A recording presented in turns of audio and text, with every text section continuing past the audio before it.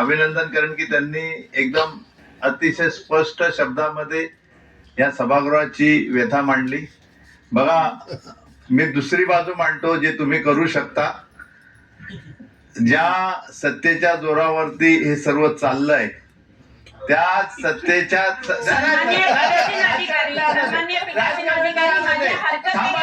ऐकून घ्या, ऐकून घ्या. नागरिकांवर अन्याय झालेला आहे.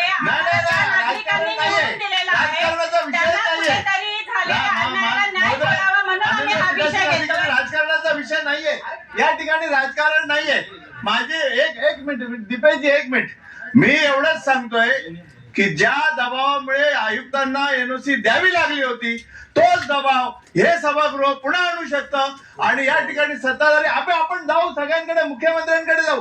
अरे अदानी कोण आहे, म्हणजे कोण आपल्या, म्हणजे असं अख्खी महानगरपालिका त्यांच्या दावणीला बांधली का? आपली ताकद नाही आहे, सभागृहाची ताकद नाहीये की आपण बोलू शकत नाही, की आपल्या मुख्यमंत्री महोदयांकडे जाऊ शकत नाही, उपमुख्यमंत्री महोदयांकडे जाऊ शकत नाही की बाबा ही थकबाकी भरा, आम्हाला तुम्ही मध्यस्थी करून द्या. नाही करू शकत. बोरगावकर साहेब,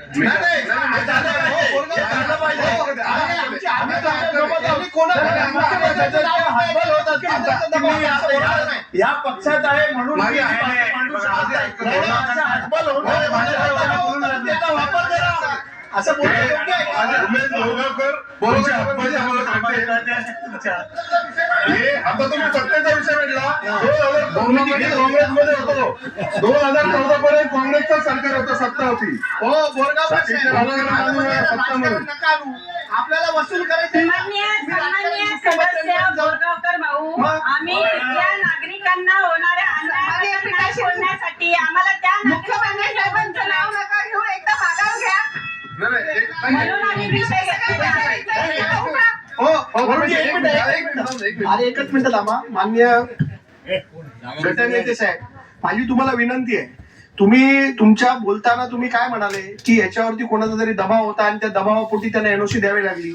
अरे हो, अत्यंत जबाबदारीने बोललो. दबाव होता आयुक्तांना या सभागृहामध्ये. राठोड त्यांना सस्पेंड नाही केलं का? नाही, सत्ता कोणाची होती? अरे आता तुमची आहे तर राबवा ना.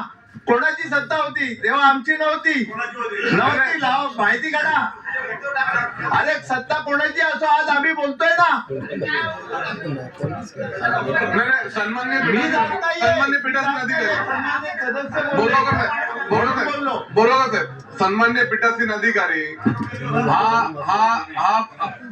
सन्मान्य पीठासीन अधिकारी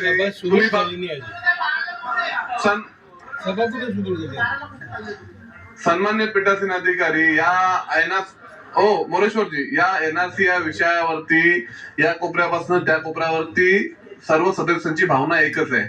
त्याच्यामुळे याच्यामध्ये कुठलं राजकारण नाही आणि कुठल्याही मोठ्या नेत्यांचं किंवा कुठल्या पदाधिकाऱ्याचं नाव घेण्याची गरज नाही.